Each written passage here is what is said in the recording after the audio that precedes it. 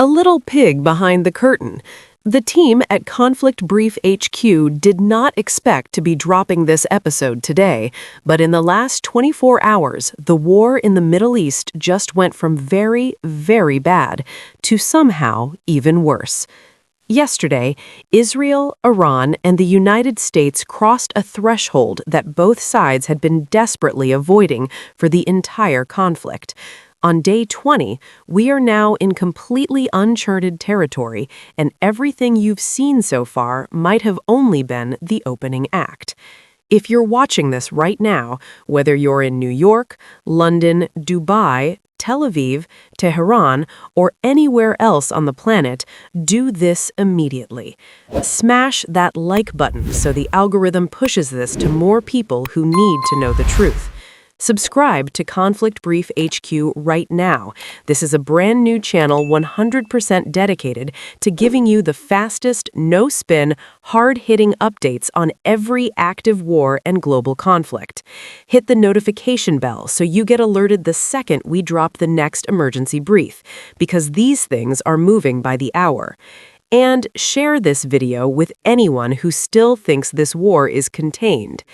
Drop your location in the comments right now. Tell us where you're watching from.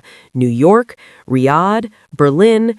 We read every single one, and it helps us know who we're briefing. Let's go. Now stay with me. This one is serious. As catastrophic as this war already looks, Israel, the US, and Iran have still been taking it easy on each other. Yes, I said it. It sounds crazy when you see the footage, but it's true. We haven't seen the US or Israel assassinate Iran's supreme leader. Iran hasn't launched all-out missile barrages on every single Gulf capital at once. Both sides have been deliberately pulling their punches, holding back from the moves that would truly break the region. So the terrifying question is, what kind of escalation is worse than killing a supreme leader or trying to shut down the Strait of Hormuz completely? First piece of good news, it's still not nuclear. As of this moment, every warhead and every gram of radioactive material remains locked away. Knock on wood.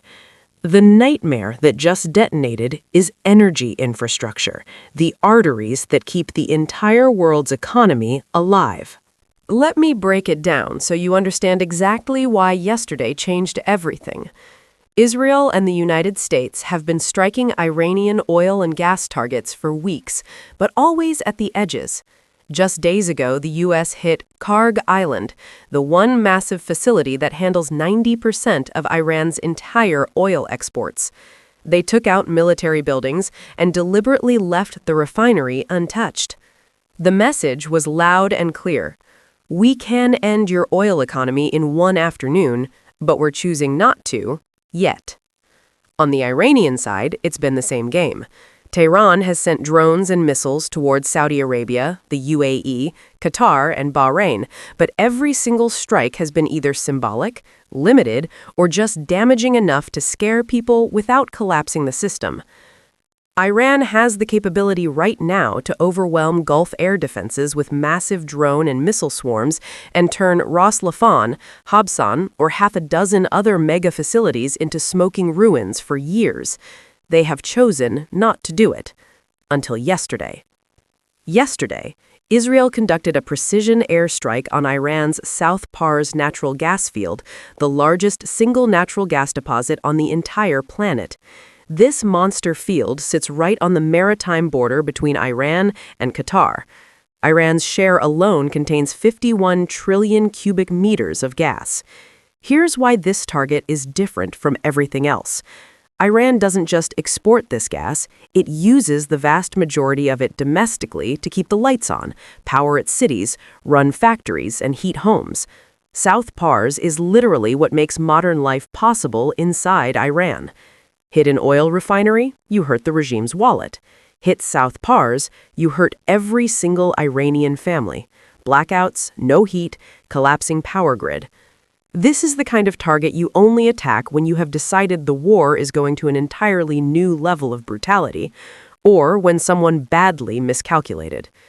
We now know the United States was fully briefed and gave the green light.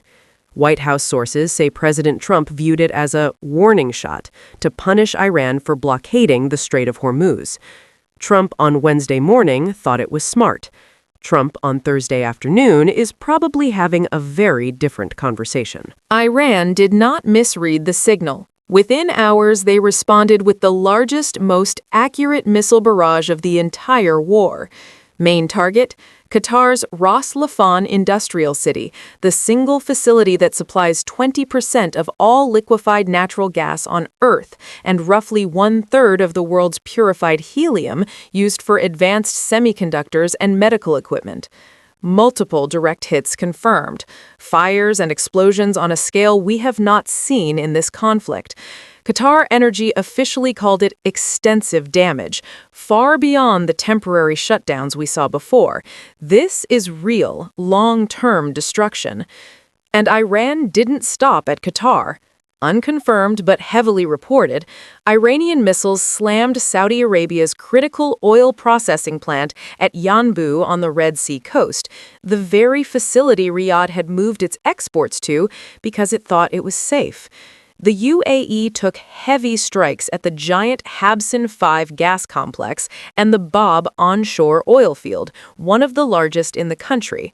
In one single afternoon, Iran proved three terrifying things to the world. 1.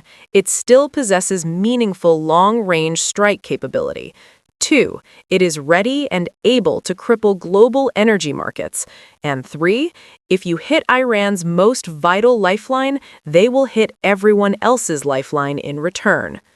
Washington reacted instantly. President Trump posted in all caps, "No more attacks will be made by Israel," pertaining to this extremely important and valuable South Pars field. Saudi Arabia and Qatar are in pure outrage mode. Both governments have threatened direct military retaliation. Any remaining hope of negotiating with the current Iranian regime appears to have died yesterday. Global energy traders are already panicking. Prices are moving hard. That is the situation as it stands right now on Conflict Brief HQ. If this briefing helped you understand what just happened, smash like, subscribe, turn on notifications, and share this video everywhere. This is your new home for real-time war updates, and we are just getting started. Drop your location in the comments one more time. Where are you watching from? Let's see how global this audience really is. Stay informed, stay ahead, stay safe. I'll see you in the next emergency brief, probably sooner than any of us want.